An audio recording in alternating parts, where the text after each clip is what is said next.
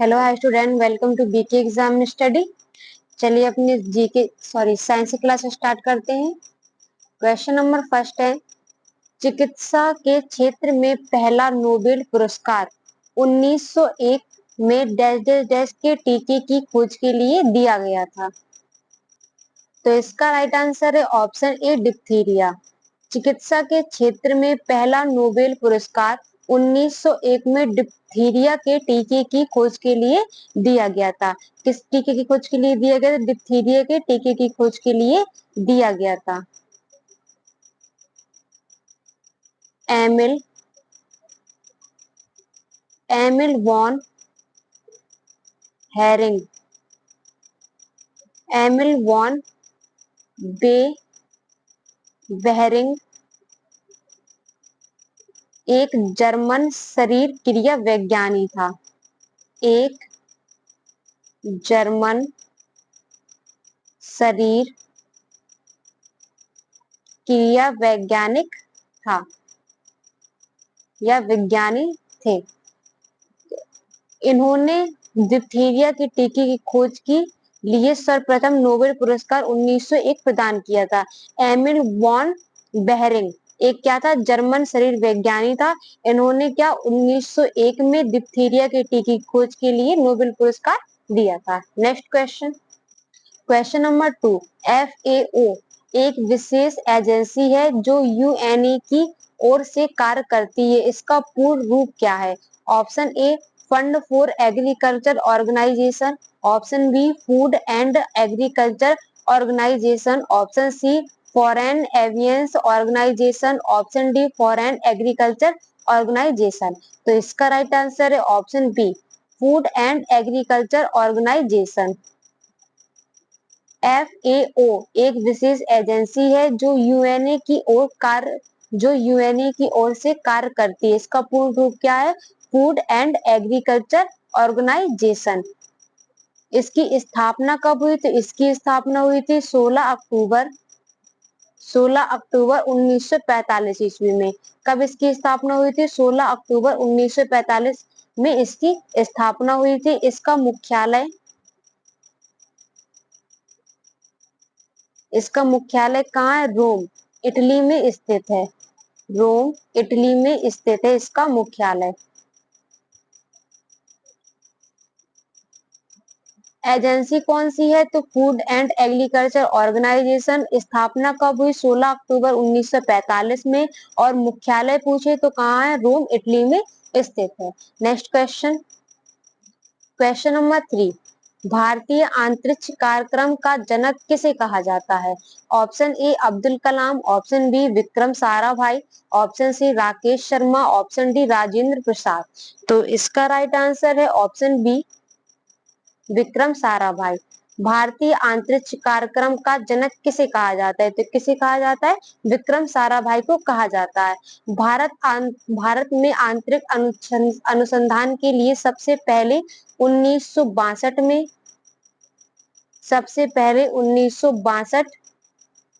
में प्रधानमंत्री जो जवाहरलाल नेहरू और उनके करीबी सहयोगी विक्रम साराभाई के प्रयासों से भारतीय राष्ट्रीय समिति की स्थापना की गई, जिसके अध्यक्ष कौन थे? तो इसके अध्यक्ष थे विक्रम साराभाई, इसके अध्यक्ष थे।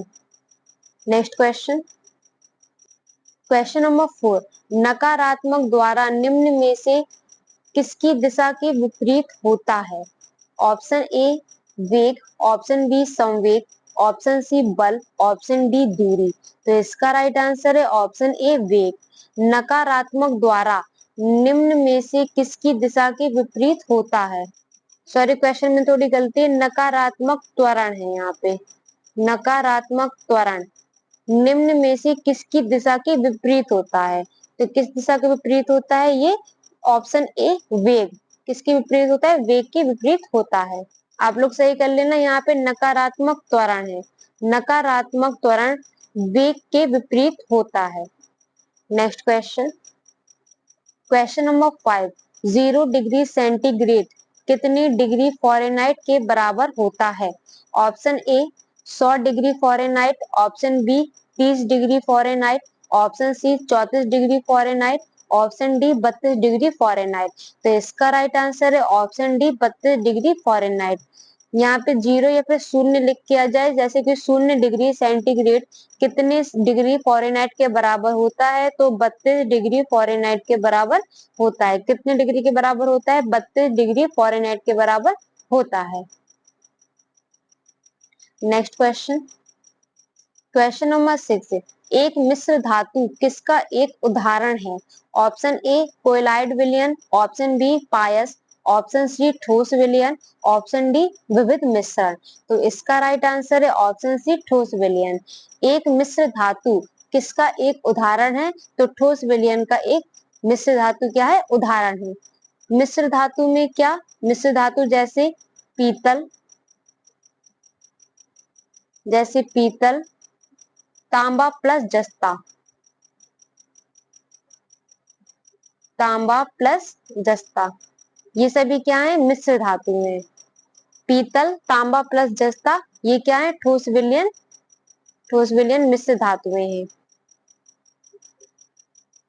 अगर द्रव्य विलयन पूछे, द्रव्य विलयन, तो द्रव्य विलयन में कौन सी धातुएं होती हैं? द्रव्य विलयन में थैलियम, द्रव्य विलयन में थैलियम, धातु में पारा, धातु का विलयन,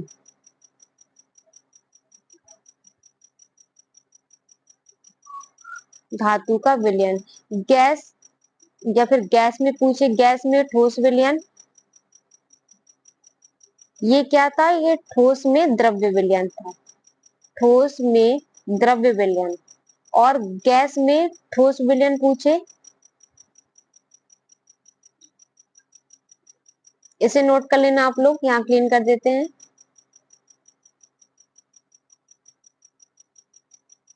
और अगर क्या पूछे, गैस में ठोस विलयन, गैस में ठोस विलयन,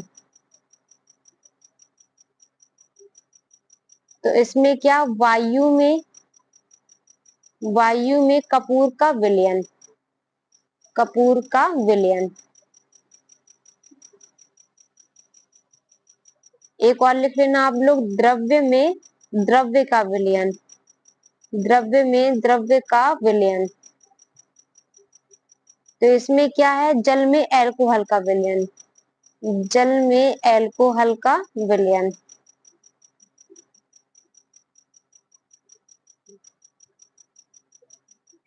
क्वेश्चन क्या पूछ रहा है? एक मिश्र धातु किसका एक उदाहरण है? तो क्या है? ठोस विलयन का।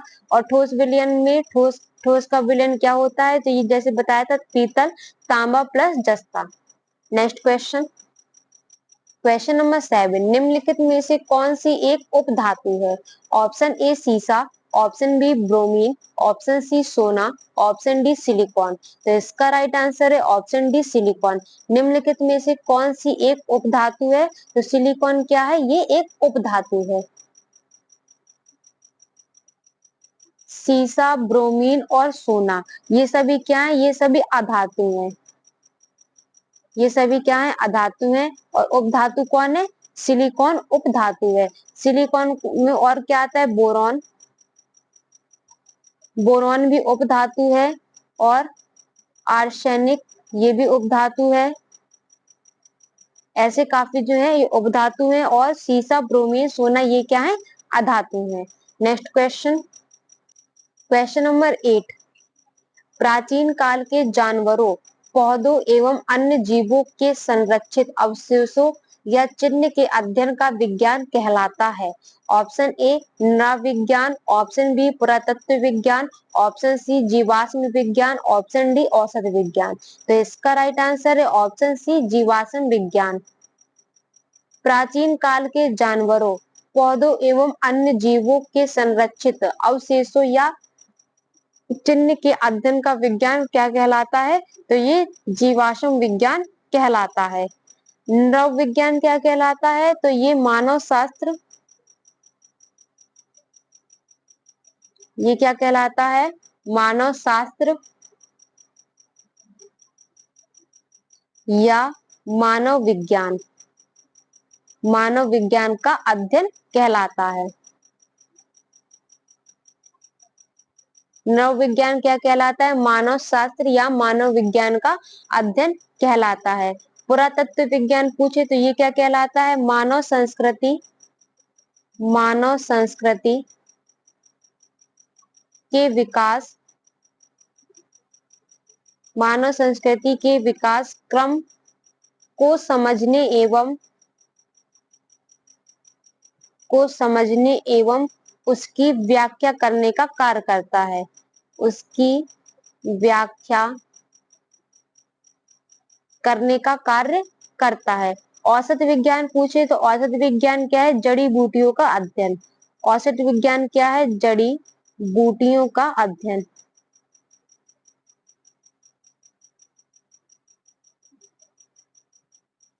क्वेश्चन क्या पूछ रहा है? प्राचीन काल के जानवरों, पौधों एवं अन्य जीवों के संरक्षित अवशेषों या चिन्ह के अध्ययन का विज्ञान क्या कहलाता है? जीवाश्म विज्ञान कहलाता है।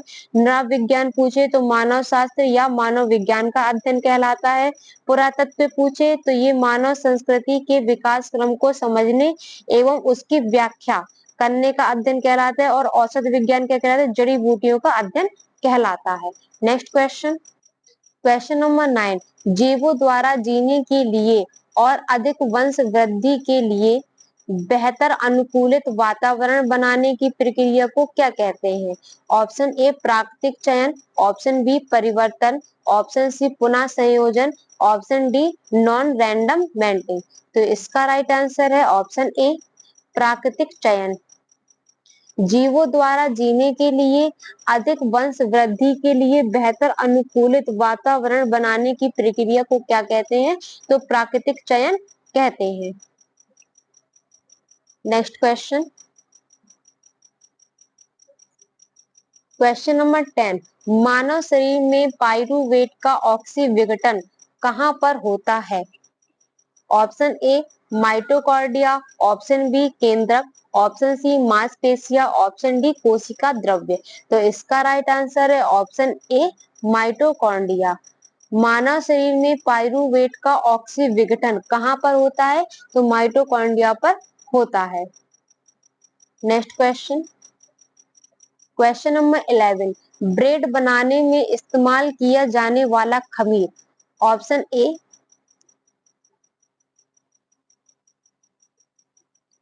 किण्वन के लिए उत्प्रेरक के रूप में कार्य करता है, ऑप्शन बी किण्वन की प्रक्रिया में मदद नहीं करता है, ऑप्शन सी इसे स्वादिष्ट बना देता है, ऑप्शन डी संरक्षक के रूप में कार्य करता है। तो इसका राइट आंसर है ऑप्शन ए किण्वन के लिए उत्प्रेरक के रूप में कार्य करता है।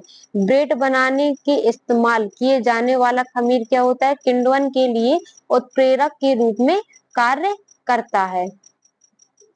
ये खमीर क्या होता है? खमीर यीस्ट होता है। आप लोगों ने सुना होगा, ये जैसे छोले भटूरे बनाते तो उसमें भी डाला जाता है। ये एक कोशिकीय मृतोजीवी कवक है, कोशिकीय मृतकोजीवी कवक है। यीस्ट क्या है? मृतकोजीवी कवक है। नेक्स्ट क्वेश्चन, क्वेश्चन नंबर 12, पृथ्वी या गुरुत्वाकर्षण के खिंचाव की प्रतिक्रिया में अंकुर और जड़ों में क्रमशः ऊपर और नीचे की ओर होने वाली वृद्धि को क्या कहा जाता है? ऑप्शन ए प्रकाशानुवर्तन, ऑप्शन बी गुरुत्वानुवर्तन, ऑप्शन सी जलानुवर्तन, ऑप्शन डी रसायनानुवर्तन। तो इसका राइट आंसर है ऑप्शन बी गुरुत्वानुवर्तन। पृथ्वी या गुरुत्वाकर्षण के खिंचाव की प्रतिक्रिया में अंकुर और जड़ों में क्रमशः ऊपर और नीचे की ओर होने वाली वृद्धि को क्या कहा जाता है? तो क्या कहा जाता है? गुरुत्वानुवर्तन कहा जाता है। प्रकाशानुवर्तन किस कहा जाता है? ये प्रकाश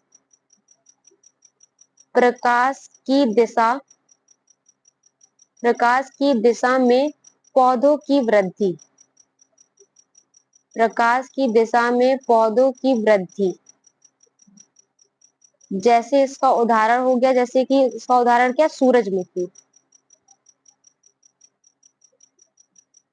सूरजमुखी प्रकाशानुवर्तन क्या होता है? प्रकाश की दिशा में पौधों की वृद्धि। उदाहरण पूछे तो क्या है? सूरजमुखी। जलानुवर्तन पूछे, जलानुवर्तन में क्या होता है? पानी या नमी, पानी या नमी की ओर पौधों के हिस्सों की वृद्धि, के हिस्सों की वृद्धि, हिस्सों की वृद्धि। और रसायनुवर्तन क्या होता है? ये कुछ रासायनिक पदार्थों की प्रतिक्रिया में पौधों के अंगों में वृद्धि। क्या होता है? ये कुछ रासायनिक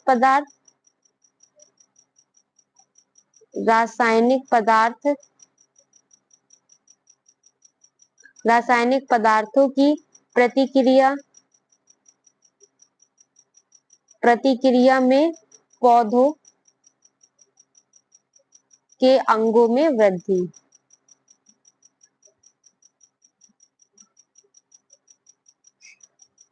अगर आप लोग को समझ में नहीं आ रहा है क्या लिखा हुआ है तो दोबारा पढ़ लेते हैं क्वेश्चन। सबसे पहले क्वेश्चन पढ़ते हैं। पृथ्वी या गुरुत्वाकर्षण की खिंचाव की प्रतिक्रिया में अंकुर और जड़ों में क्रमशः ऊपर और नीचे की ओर होने वाली वृद्धि को क्या कहा जाता है? तो गुरुत्वानुवर्तन कहा जाता है। प्रकाशनुवर्तन क्या होता है? ये प्रकाश की दिशा में पौधों की वृद्धि। प्रकाशनुवर्तन क्या होता है? प्रकाश की दिशा में पौधों की वृद्धि। उदाहरण जैसे सूरजमुखी हो गया। जलानुवर्तन क्या होता है? जलानुवर्तन होता है पानी या नमी की ओर पौधों के हिस्सों की वृद्धि। क्या होता है? पानी या नमी की ओर पौधों के हिस्सों की वृद्धि। ये क्या होता है? जलानुवर्तन होता है। रसायनुवर्तन क्या होता है? रासायनिक पदार्थों की प्रतिक्रिया में पौधों के अंगों में वृद्धि। Next question, question number 30। खाद्य श्रृंखला में तीसरी पोषी स्तर में निम्नलिखित में से किसे शामिल किया गया है? ऑप्शन ए उत्पादक, ऑप्शन बी शीर्ष उपभोक्ता, ऑप्शन सी द्वितीय उपभोक्ता, ऑप्शन डी प्राथमिक उपभोक्ता। तो इसका राइट आंसर है ऑप्शन सी द्वितीय उपभोक्ता। खाद्य श्रृंखला की तीसरी पोषी स्तर में निम्नलिखित में से किसे शामिल किया गया है? तो द्वितीय उपभोक्ता को शामिल किया गया है। जैसे मेढक, बिल्ली, भेड़िया, बड़ी मांसाहारी मछलियां इत्यादि। बड़ी मांसाहारी मछलियां इत्यादि।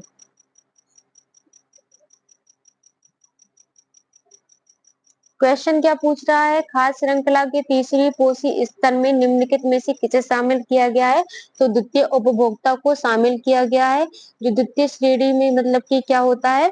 द्वितीय श्रेणी के उपभोक्ता के अंतर्गत वो जीवधारी आते हैं जो अपना भोजन शाकाहारियों अथवा प्रथम श्रेणी के उपभोक्ता खाकर प्राप्त करते हैं। जैसे मेंढक, बिल्ली, भेड़िया, बड़ी मांसाहारी मछली इत्यादि। Next question, question number 40। केंद्रीय प्रदूषण नियंत्रण बोर्ड द्वारा रात्रि के दौरान आवासीय क्षेत्र के लिए प्रस्तावित मानक शोर स्तर कितना है?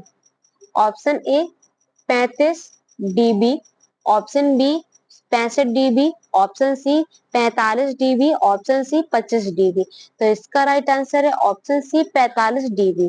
केंद्रीय प्रदूषण नियंत्रण बोर्ड द्वारा रात्रि के दौरान आवासीय क्षेत्र के लिए प्रस्तावित मानक शोर स्तर कितना है? तो कितना है? 45 डीबी। इसका वो क्या है? स्तर है। तो आज की क्लास यही खत्म होती है। मिलते हैं हमारी नेक्स्ट क्लास पे। तब तक के लिए बाय, ऑल द बेस्ट।